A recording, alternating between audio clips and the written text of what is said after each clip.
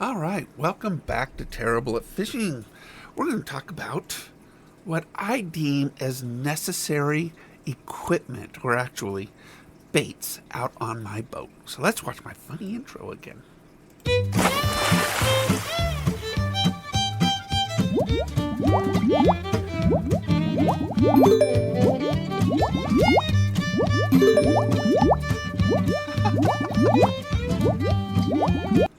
All right, welcome back. Well, I've been doing so much on the Klamath River dam removal that we got to get back to basics here a little bit, right? So you guys know that with your help, we made this. All right. So there are certain basics that you need to have on in this your tackle area. All right. One, always, I mean, always have a Leatherman with you or a multi-tool of some kind. This is very, very important because you got pliers, you got knives, you got sharpeners, you got all sorts of stuff on it. This really is one of the most important tools. I love this one. This is called the Signal, and it's got a carabiner. I always have it hooked right onto my vest or on my belt. So it really is the number one tool. And always have a towel, all right? Because after you handle stuff, you just want to wipe your hands and clean them up.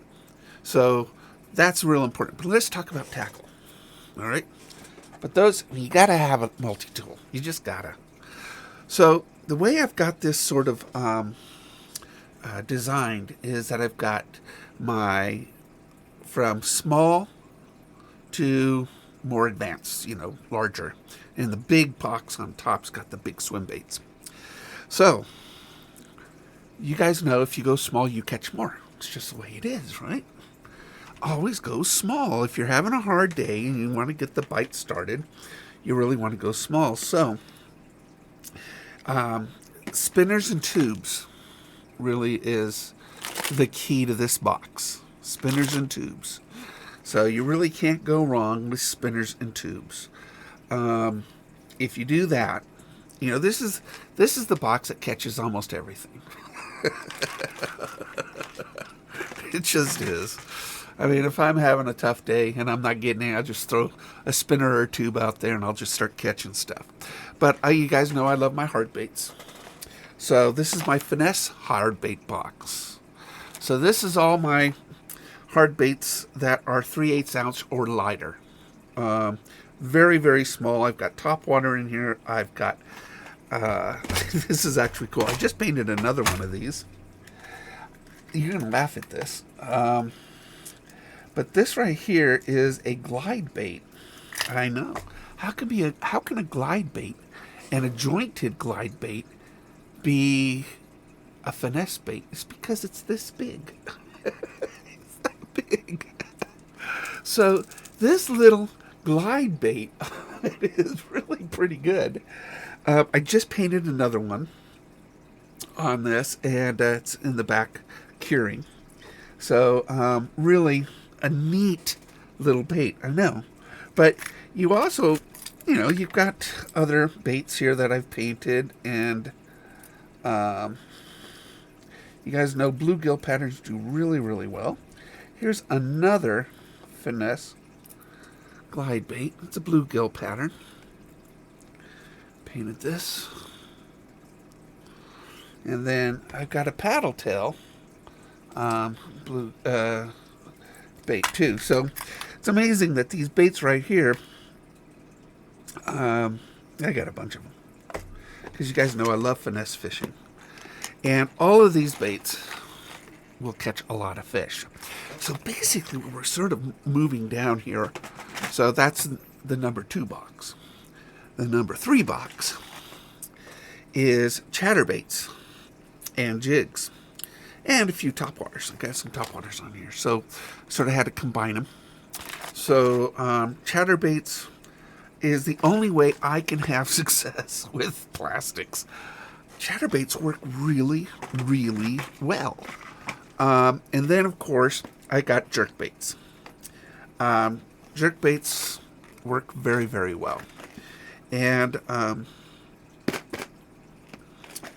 So that is really 1, 2, 3, 4 on those boxes. And then, of course, I told you in the top, you know, these are my beasts. These are my beasts. I've got a lot. You know, my swanks are up here. My larger swim baits are up here. Really fun. So that is what's in my tackle center. And, you know, really, you got to have a towel. You got to have your Leatherman. I also have fish grippers. So if I need to put the fish, you know, a little more shock, I can actually put them in the water, really revive them off the side of my boat. So fish grippers are very, very handy. And you guys, you know, we'll do a episode on my live well. I know. How can I have a live well on an inflatable boat? But I do. So tell me what other essentials that you have. I think for me, I mean, I do have a measuring, you know, thing, and then of course a scale, in order to, if I see anything that is worthy of that, I'll go ahead and measure and weigh it. But that's about it. As a fisherman, you always carry more than you need. But dividing them up like this, I mean, I'm not a very good soft plastics guy. I'm not. I never got the hang of soft plastics. I always like reaction strikes off of the hard baits. But there is one way that, you know, I do fish soft plastics successfully and reliably, and that's with a chatterbait or a bladed jig. So I'm going to start making some bladed jigs. Finesse, though, very, very small.